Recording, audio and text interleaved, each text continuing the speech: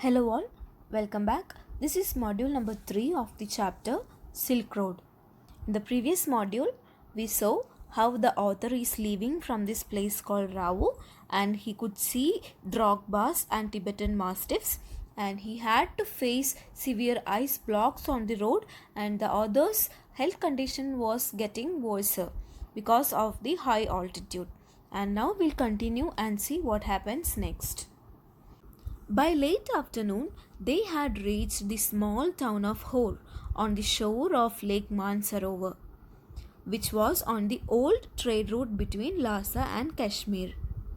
Daniel returned to Lhasa from there, and Satan got the flat tire of the car repaired there. Hor was a grim, miserable place. So you should understand the details regarding this place called Hor as well. It is described as a grim or miserable place. There was no vegetation at all. So it was just full of dust and rocks. There was accumulated rubbish everywhere. Unlike the past, this particular place no longer appeared holy.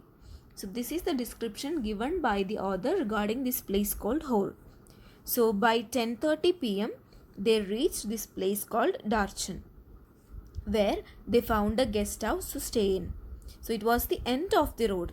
The author had a very troubled night and he was unable to sleep. His nostrils were blocked and he was not able to get enough air into his lungs.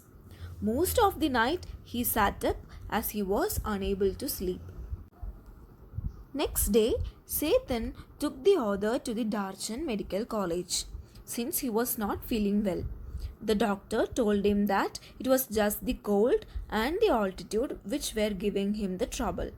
The doctor gave him some medicines, and that night the author was able to sleep well. Satan left the author in Darchan and he went back with the car to Lhasa. So he did not mind if the author would die in Darchan because he was a good Buddhist and believed in life after death. However, he was worried that the author's death could affect his business as he may not get more tourists who required to be accompanied till where the road ended.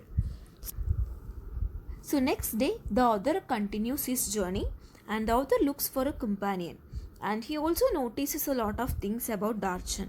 So like Hor, Darchan was a dusty place and it had a lot of rubbish, and only rubbish and dirt could be seen all around. The town appeared to be a sparsely populated place. There were no pilgrims at all as the season had not started. So he had reached there too early. He actually wanted to reach Mount Kailas to do Kora, and he wanted to get a feel of what a pilgrimage was like. But he did not want to do it alone.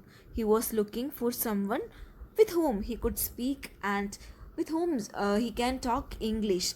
But no one in that place had enough knowledge of English, and nobody could really answer to his basic questions in English. But when he was sitting in the only cafe in Darchan, he met a person called Norbu. So Norbu, he was a plump Tibetan working in Beijing at the Chinese Academy of Social Sciences. Narrator saw him reading an English book and Norbu introduced himself to the author. So he was also there to do the Kora. So finally, the narrator was really happy to meet a person like Norbu who could understand English, and he feels that Norbu will be a good company for him. So Norbu was not a religious person as such, but he had been writing academic papers about Kailash Kora. Finally, both of them decided to go for Kora as a team. And this is how the chapter ends. I hope you have understood the chapter and will discuss the important questions in the next module. Thank you all.